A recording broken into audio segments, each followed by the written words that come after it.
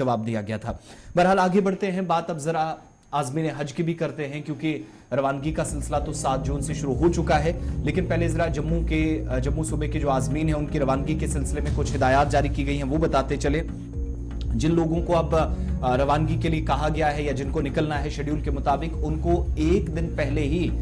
जम्मू सूबे के जो आज़मीन हज हैं उनको श्रीनगर हवाई अड्डे पर एक दिन पहले हज हाउस श्रीनगर एक दिन पहले पहुंचना है, यानी एडवांस में वहां पर उनको पहुंचने के लिए कहा गया है। कश्मीर सूबे के लिए भी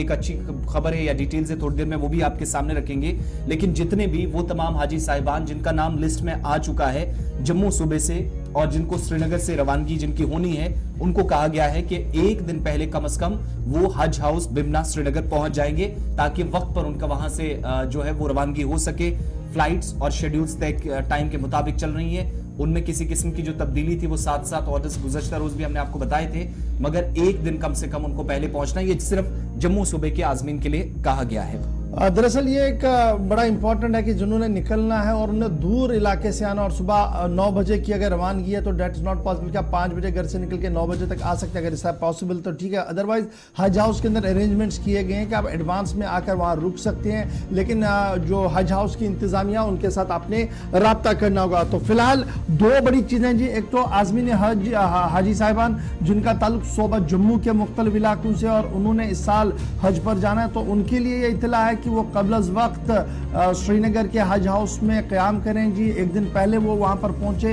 ताकि किसी तरीके की मुश्किल उन्हें ना हो। दूसरी तरफ से जिन हाजी साहिबान जो सूबा कश्मीर के साथ है और जिन्होंने अभी अपनी डॉक्यूमेंटेशंस नहीं ली हैं और कुछ ज़रूरी दस्तावेज़ात हज हाउस के अंदर है, तो उनसे ये कहा गया है कि वो तमाम वो डॉक्यूमेंट्स जो हैं वो हज हाउस से वसूल कर सकते हैं 2 बजे के बाद। यानी सुबह हाजी साहिबान का जाने का सिलसिला होता है, सुबह ये पॉसिबल नहीं है, 12-1 बजे तक वो प्रोसेस कंप्लीट हो जाता है। तो 2 बजे के बाद जो कश्मीर सूबे के हाजी साहिबान हैं जिनकी डॉक्यूमेंटेशन अभी हज हाउस के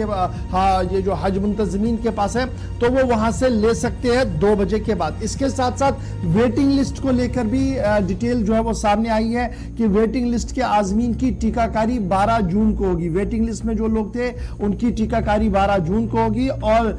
रवानगी के हवाले से जिनका जो कल रवाना होने वाले आज़मीन हैं उनसे भी इत्तला है कि वो कबल अज़ वक्त यानी 8 से 9 बजे के दरमियान ही वहां पर जो है वो पहुंचे। और वेटिंग लिस्ट जो 1084 GLW से 1543 तक है, उनको मुंतखबा जो वेटिंग लिस्ट के अंदर है उनसे कहा गया है और उनके लिए ये इत्तला है कि उनकी वैक्सीनेशन जो है वो 12 जून को होनी है। और इस सिलसिले में बाज़ाब्ता तौर पर बटमालू में जो डिस्पेंसरी हॉस्पिटल है वहाँ पर ज़ियारत शरीफ के बिल्कुल पास में वहाँ पर इसका बंदोबस्त जो है वो किया गया और इस तरीके से एक शेड्यूल जारी किया गया है जी हज कमेटी की तरफ से किसकी टीकाकारी कहाँ पर होगी। तो रवानगी के